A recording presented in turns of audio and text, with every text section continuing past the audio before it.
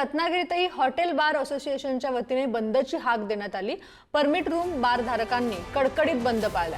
सरकारने लादलेल्या अन्यायकारक करवाढी विरोधात हे आंदोलन करण्यात आलं।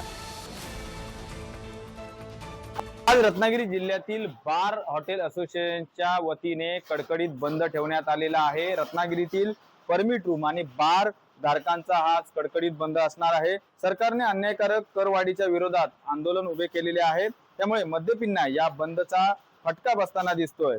सरकारने परवाना शुल्क 15% वाढवले आहे, तर उत्पादन शुल्क 60% अधिक वाढवलेले आहे। त्यामुळे सरकारच्या या विरोधात सकाळी 11 वाजेपासून ते संध्याकाळी 5 वाजेपर्यंत जिल्ह्यातील परमिट रूम बंद असणार आहेत।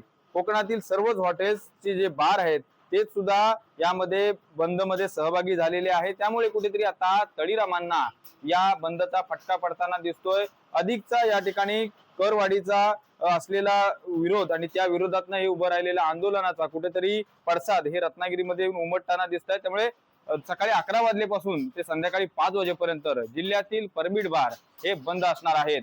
राजन चव्हाण, पुढारी न्यूज, रत्नागिरी।